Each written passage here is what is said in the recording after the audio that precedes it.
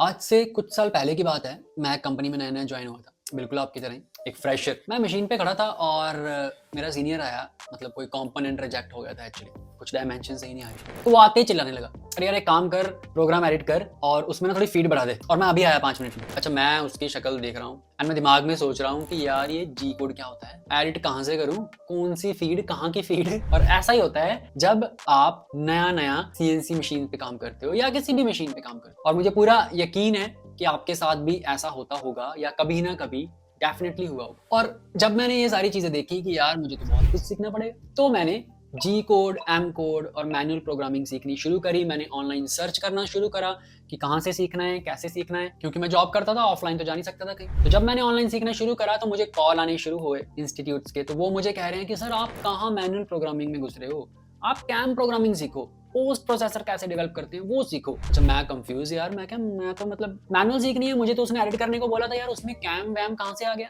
नहीं sir, cam की value है, मैनुअल की तो वैल्यू ही नहीं है। मैं क्या, आप मैनुअल सिखाते हो या नहीं? नहीं सर, हम वो नहीं सिखाते। मैं कहा अच्छा, तो इसका मतलब जो आपके पास है उसकी वैल्यू है और जो आपके पास नहीं है उसकी नहीं है। तो ये प्रॉब्लम सिर्फ मेरी नहीं है, मुझे ऐसा लगता है ये प्रॉब्लम उस हर एक नए लड़के की है जो मशीन पे खड़ा होता है और जिसे समझ नहीं आता कि भाई सीखूं क्या। अगर आप भी उनमें से एक हैं तो ये वीडियो बिल्कुल आपके लिए। तो आज का वीडियो उन सभी फ्रेशर्स के लिए है जो मैकेनिकल इंडस्ट्री में नए हैं और सीएनसी सीखना चाहते हैं। और उनका कंफ्यूजन और सवाल बिल्कुल सिंपल है, मैनुअल जी कोड सीखें वर्सेस कैम सॉफ्टवेयर सीखें। एक फ्रेशर को पहले क्या सीखना चाहिए? हमें अपना कीमती टाइम और एनर्जी पहले कहाँ लगानी चाहिए? क्या हमें वो पुराने ओल्ड स्कूल तरीके से हाथ से कोड लिखना सीखना चाहिए, या हमें सीधा लेटेस्ट कंप्यूटर सॉफ्टवेयर जैसे मास्टर कैम हो गया, फ्यूजन 360 हो गया, पावर मिल हो गया, वो सीखना चाहिए? आज इसका पूरा पोस्टमार्टम करेंगे और मैं आपको एक क्लियर प्रैक्टिकल जवाब दूंगा जो आपके स्ट्रगलिंग पीरियड में आपकी मदद करेगा और आपको सही रास्ता दिखाएगा। So be with me till the end of this video.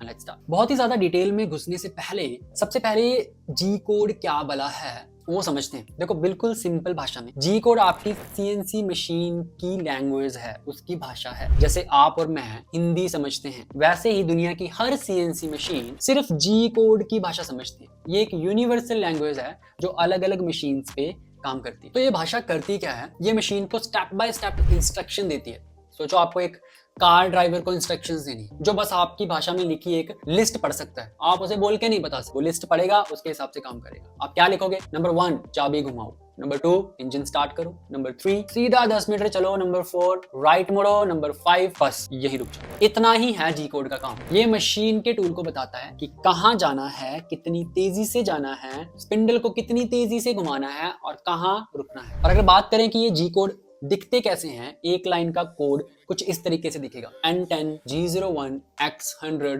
Y50 F150 M03 S1200। भारी भरकम लग रहा है ना काफी, इतने कोड। चलो इसको थोड़ा सा तोड़ के बताता हूँ, बिल्कुल सिंपल हिंदी में अगर समझे। N10 का मतलब है लाइन नंबर, कितने नंबर लाइन पे आप ये कमांड लिख रहे हो। G01 का मतलब है लीनियर इंटरपोलेशन, यानी सीधी लाइन में काटते हुए चलो, घूमना नहीं है। X100 Y50 मशीन को उसका एड्रेस या डेस्टिनेशन बताता है। X एक्सिस पे 100 mm आगे जाओ, Y एक्सिस पे 50 mm आगे जाओ। F150 बताता है स्पीड रेट, यानी कितनी स्पीड से काटना है। M03 बोलता है स्पिंडल को घड़ी की दिशा में क्लॉकवाइज घुमाओ, और S1200 उसकी घूमने की स्पीड है, उसे कितने रेवोल्यूशन पर मिनट पे घुमाना है।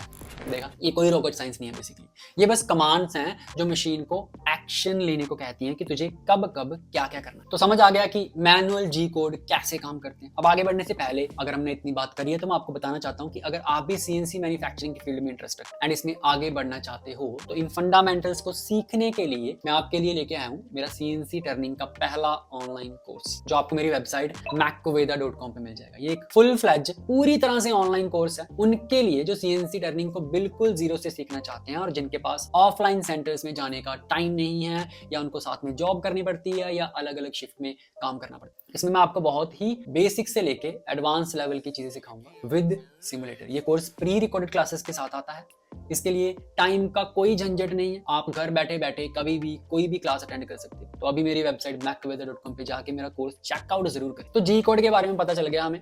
अब आते हैं कि कैम सॉफ्टवेयर क्या भला है। कैम का मतलब है full form computer aided manufacturing. अगर जी कोड मशीन की भाषा है तो कैम सॉफ्टवेयर आपका सुपर इंटेलिजेंट ट्रांसलेटर है। कंफ्यूज होने की जरूरत नहीं है, अभी बताता हूँ। सोचो, आप एक जापानीज आदमी से बात कर रहे हैं, लेकिन आपको जापानीज तो आती नहीं। आप क्या करोगे, आप एक ट्रांसलेटर हायर करोगे, आप ट्रांसलेटर को हिंदी में बोलोगे और वो आपकी बात को जापानीज में ट्रांसलेट करके उस आदमी को बता देगा। सीएनसी में भी यही होता है। यहाँ आप हो डिजाइनर और आपकी जो भाषा है हिंदी वो है कैड यानी कंप्यूटर एडेड डिजाइन, जिसमें सॉफ्टवेयर में डिजाइन बनाया जाता है पहले कि काटना क्या, सॉफ्टवेयर जैसे सॉलिडवर्क्स, ऑटोकैड या फिर फ्यूजन 360। यहाँ पे आप पार्ट की 3D ड्राइंग या फिर मॉडल बनाते हो, ये डिजाइन का सबसे पहला स्टेप होता है। फिर आता है ट्रांसलेटर। ट्रांसलेटर कौन है, कैम सॉफ्टवेयर। आप ये 3D मॉडल कैम को देते हो। अब कैम सॉफ्टवेयर आपसे कुछ सवाल पूछे, जैसे कौन सा टूल यूज करना है, टूल को कितनी तेजी से घुमाना है, टूल को कितनी तेजी से चलाना है और टूल को किस रास्ते से लेके जाना है। रास्ता मतलब टूल पाथ। और ये सारी चीजें आप कोड के जरिए नहीं बताते, यानी कि आप मैनुअली कुछ भी टाइप नहीं करते प्रोग्राम का जो हिस्सा हो। जब आप कैम में सारी स्ट्रेटेजी फाइनल कर देते हो तब आप एक जनरेट या फिर पोस्ट प्रोसेस का बटन दबाते हो। उसी पल कैम सॉफ्टवेयर आपके सारी सेटिंग्स के अकॉर्डिंग, हर एक टूल पाथ के अकॉर्डिंग उस पूरी चीज को ट्रांसलेट करके मशीन के समझने वाली भाषा यानी कि जी कोड की एक टेक्स्ट फाइल में कन्वर्ट कर, यानी कि वो सारी चीजें ट्रांसलेट करके एक प्रोग्राम बना देता है, जी कोड या एम कोड या बाकी सारे कोड यूज करके। ये फाइल हजारों लाइंस लंबी हो सकती है और कैम इसे कुछ सेकंड्स में ही बना देता है। यही है पावर कैम। इसी जी कोड फाइल को आप पेन ड्राइव से मशीन में डालते हो, साइकिल स्टार्ट दबाते हो। अब एक और चीज समझनी बहुत जरूरी है जिसे पोस्ट प्रोसेसर कहते हैं। मैंने अभी उसका नाम भी लिया। इसका सिंपल मतलब है डायलेक्ट ट्रांसलेटर। फॉर एग्जांपल अलग अलग मशीन्स में जी कोड्स का मतलब अलग अलग होता है। किसी मशीन में G54 वर्क कोऑर्डिनेट है तो किसी मशीन में G15 वर्क कोऑर्डिनेट है। मतलब है जी कोड ही, पर थोड़ा फर्क है मशीन टू मशीन। हर मशीन के अपने थोड़े बहुत अलग कोड होते हैं। पोस्ट प्रोसेसर ये मेक श्योर करता है कि आपका कैम सॉफ्टवेयर आपकी उसी मशीन के अकॉर्डिंग कोड जनरेट करे। इसलिए हर मशीन का अलग पोस्ट प्रोसेसर होता है, सॉफ्टवेयर चाहे एक ही हो। For example master cam software से आप टूल पाथ जनरेट कर रहे हो, सेटिंग्स बता रहे हो, लेकिन वो मास्टर कैम आपकी मशीन नंबर 1 के लिए भी प्रोग्राम बना रहा है, मशीन नंबर 5 के लिए भी बना रहा है, जबकि सबके कोड अलग हैं। इसलिए उन सब मशीन्स की पोस्ट प्रोसेसर फाइल अलग अलग डाली जाएगी उस कैम सॉफ्टवेयर में। अब दोनों चीजें आपको समझ में आ गई, मैनुअल प्रोग्रामिंग क्या है, कैम क्या है। अब थोड़े से दोनों के फायदे और नुकसान देख लेते हैं, बढ़ने से पहले आगे कि कौन सा आपको पहले सीखना चाहिए। तो सीधी सी बात है, जब आपने कैम के बारे में सुन ही लिया है तो आप सिंपली कहोगे सर अगर कैम इतना ऑसम है तो जी कोड कोई हाथ से क्यों लिखेगा, सीधा कैम सीखो, बटन दबाओ, सेकंड्स में कोड तैयार। ये तो पुरानी टेक्नोलॉजी होगी ना हाथ से लिखने वाली। तो रुको थोड़ी देर, ऐसा नहीं है भाई। आज भी सिंपल 2D जॉब्स के लिए मैनुअल प्रोग्रामिंग जो है वो कैम से कहीं फास्ट होती है। अब एग्जांपल के लिए मान लीजिए आपको एक सिंपल सी प्लेट पे बस 4 होल मारने हैं। आप कैम सॉफ्टवेयर खोलोगे, ड्राइंग लोड करोगे, डेटम सेट करोगे, टूल सेलेक्ट करोगे, फिर आप टूल पाथ स्ट्रेटेजी सेलेक्ट करोगे, आरपीएम फीड सब कुछ डालोगे, पोस्ट प्रोसेस करोगे, उसे 10 से 20 मिनट लगेंगे आपको एक प्रोग्राम बनाने। लेकिन एक एक्सपर्ट प्रोग्रामर मशीन पे खड़े खड़े एक कैंड साइकिल टाइप करेगा, बस G83XYZ, और उसके बाद फीड डालेगा, 2 कोड ऊपर 2 कोड नीचे, हो गया काम। 2 मिनट में आपका हाथों हाथ कोड तैयार। इसलिए 2D मशीनिंग जैसे कोई पॉकेट हो गई, ड्रिल हो गई, टैपिंग हो गई, बोरिंग हो गई, इन सब के लिए आज भी मैनुअली हाथ से प्रोग्राम बनाए जाते हैं, ना कि कैम से। अब सिंपल जॉब्स के अलावा मैनुअल जी कोड सीखने का एक और फायदा है, ये है ट्रबल शूटिंग एंड एडिटिंग। मान लीजिए कैम ने 10,000 लाइन का एक कोड बना दिया 1 सेकंड के अंदर, और मशीन चलाते वक्त आपको दिखा कि टूल थोड़ा सा ज्यादा मटेरियल छोड़ रहा है यार। अब जिसे जी कोड पढ़ना नहीं आता वो बस एक बटन पुशर ही है, उसे वही पता है बस क्या करना है, उसे नहीं पता प्रोग्राम के अंदर क्या चल रहा है। वो पूरा प्रोग्राम कैम में वापस लेके जाएगा, सेटिंग चेंज करेगा, फिर से 10,000 लाइन का कोड पोस्ट प्रोसेस करेगा, 1 घंटा बर्बाद करेगा। लेकिन जिसे जी कोड पढ़ना आता है वो प्रोग्राम को मशीन पे ही खोलेगा, उस गलती वाली लाइन को ढूंढ लेगा, Z की वैल्यू चेंज कर देगा, भाई Z-10 की जगह Z-10.1 हो गया या फिर 9.8 हो गया, और मशीन को 2 मिनट में दोबारा चालू। ये है एक वैल्यूएबल मशीनिस्ट और एक सिंपल ऑपरेटर के बीच का फर्क। और कैम सॉफ्टवेयर की सबसे बड़ी प्रॉब्लम क्या है जो मैंने फेस करी है, इनमें हम साइकिल टाइम कंट्रोल नहीं कर सकते। कैम सॉफ्टवेयर के कुछ रूल होते हैं और उन रूल्स के दायरे में रह के ही सॉफ्टवेयर प्रोग्राम बनाते हैं। फिर चाहे 2 मिनट में कटने वाली चीज को 20 मिनट लग रहे हो, लेकिन 2D प्रोग्रामिंग में हर एक लाइन आपके रूल के हिसाब से चलती है और आपके पास सारा का सारा कंट्रोल होता है। इसीलिए आज भी, और मुझे लगता है कि आने वाले टाइम में हमेशा के लिए, प्रोडक्शन पार्ट्स की जो प्रोग्रामिंग है वो 2D यानी कि मैनुअली ही की जाती है, ताकि tool path and cycle time को अच्छे से ऑप्टिमाइज किया जा सके, अच्छे से कंट्रोल किया जा सके। तो आप कहोगे यार ये तो मैनुअल प्रोग्रामिंग की बड़ी बढ़ाई कर दी, मतलब फिर मास्टर कैम सीखना ही क्यों है, या फिर कैम सॉफ्टवेयर सीखना ही क्यों है? तो जी कोड की बेसिकली बुराई क्या है? वेरी सिंपल,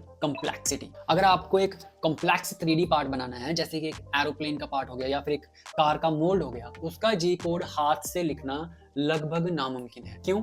क्योंकि उस पार्ट का कोड 700 लाइन का भी हो सकता है या फिर 70,000 लाइंस का भी हो सकता है 2 लाख लाइंस का हो। और एक इंसान के लिए इतना लंबा कॉम्प्लेक्स कोड बिना गलती के, एक डॉट की गलती के भी बिना, लिखना नामुमकिन है। एक सिंपल रेक्टेंगल आप हाथ से बना सकते हो, सिंपल सर्कल हाथ से बना सकते हो, पॉकेट हाथ से बना सकते हो, वो चीज आप कैम से ज्यादा स्पीड में कर दोगे, लेकिन एक कॉम्प्लेक्स शेप हाथ से नहीं बनाई जा सकती। और यहीं पे कैम सॉफ्टवेयर्स एंटर होते हैं। आपको 5 एक्सिस मशीन पे कटिंग करनी है या कोई फ्री फॉर्म 3D सरफेस बनाना है, कैम ये काम ऑटोमेटिकली कर देता है। वो 70,000 लाइन का कोड आपके लिए 2 मिनट में जनरेट कर देगा, जिससे आपका प्रोग्रामिंग टाइम और प्रोडक्शन टाइम बहुत ही ज्यादा कम हो जाता है। अब कैम का एक और जादू है विच इज सिमुलेशन। इसका मतलब है आप मशीन पे साइकिल स्टार्ट दबाने से पहले पूरा प्रोग्राम कंप्यूटर पे चला सकते हो। कैम आपको एक वीडियो जैसा दिखा देगा कि आपका टूल कहाँ जा रहा है, पार्ट कैसे कटेगा, और सबसे जरूरी, क्या टूल या होल्डर मशीन के किसी पार्ट से टकरा सकता है या नहीं। कैम आपको उस गलती और नुकसान से पहले ही बचा लेता है जो होने वाला हो। तो क्या कैम सॉफ्टवेयर परफेक्ट है? कैम ही सीखना चाहिए फिर तो? बिल्कुल नहीं, इसकी भी प्रॉब्लम्स है। सबसे पहली मैंने आपको पहले बताई, साइकिल टाइम कंट्रोल नहीं कर सकते। दूसरी चीज, छोटी मोटी चीज के लिए भी उतना ही टाइम लगता है जितना बड़े बड़े कॉम्प्लेक्स पार्ट के लिए लगता है। तीसरा, कॉस्ट। अच्छे कैम सॉफ्टवेयर जैसे मास्टर कैम हो गया लाखों में आते हैं, 15 लाख, 20 लाख, 25 लाख, मतलब 15-16 लाख में तो एक टर्निंग मशीन आ जाती है, और उतने में आप सिर्फ एक सॉफ्टवेयर खरीदोगे। और सबसे बड़ी बात, इन्हें सीखना भी टाइम कंज्यूमिंग होता है, यानी कि इन्हें सीखने के लिए भी बहुत टाइम लगता है, और आपको एक अच्छा बंदा चाहिए जो अच्छे से इन्हें चला सके। और सबसे इंपॉर्टेंट, गीको यानी कि गार्बेज इन गार्बेज आउट।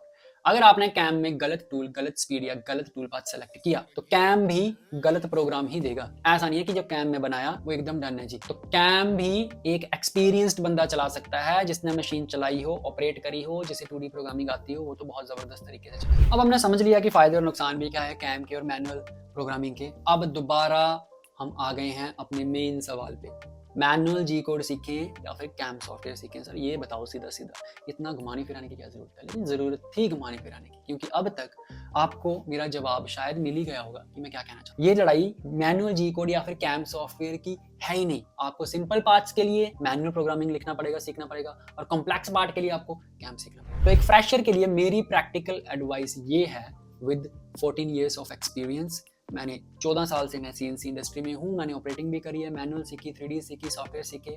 तो मतलब मेरी इस बात को आप गोल्डन पाथ समझ लो, ध्यान से सुन लो। आप सबसे पहले 2D यानी मैनुअल प्रोग्रामिंग सीखने से शुरू करो। डायरेक्ट सॉफ्टवेयर पे जंप मत करो। पहले मशीन के बेसिक लॉजिक को समझो, कोऑर्डिनेट्स कैसे काम करते हैं, G01, 02, 03 क्या है। जब आप जी कोड हाथ से लिख सकते हो तो आपका फाउंडेशन स्ट्रॉन्ग बनता है, और आपको पता चलता है कि टूल एक्चुअल में कैसे मूव करेगा, कोड एक्चुअल में काम कैसे कर रहे हैं। और जब आप मैनुअल कॉन्सेप्ट में पक्के हो जाओ, तब कैम सॉफ्टवेयर सीखना शुरू करो। देखो, आज की इंडस्ट्री में स्पीड बढ़ाने के लिए कैम सॉफ्टवेयर जरूरी है, कॉम्प्लेक्स चीजें बनाने के लिए, कॉम्प्लेक्स मशीन्स को हैंडल करने के लिए कैम सॉफ्टवेयर जरूरी है। लेकिन जब आप पहले से 2D प्रोग्रामिंग, मैनुअल प्रोग्रामिंग करना जानते हो, तो आप टोटली कैम पे डिपेंडेंट नहीं रहोगे। अगर आपको कहीं पे कुछ गलती लगती है, आपके पास पूरा दिमाग, नॉलेज एंड फ्रीडम है उस प्रोग्राम को खोल के कुछ भी एडिट करने का। यही फर्क होता है एक ऑपरेटर एंड एक प्रॉपर मशीनिस्ट में। तो भाई लोग, ये था पूरा एनालिसिस जी कोड और कैम का। और हाँ, वीडियो खत्म करने से पहले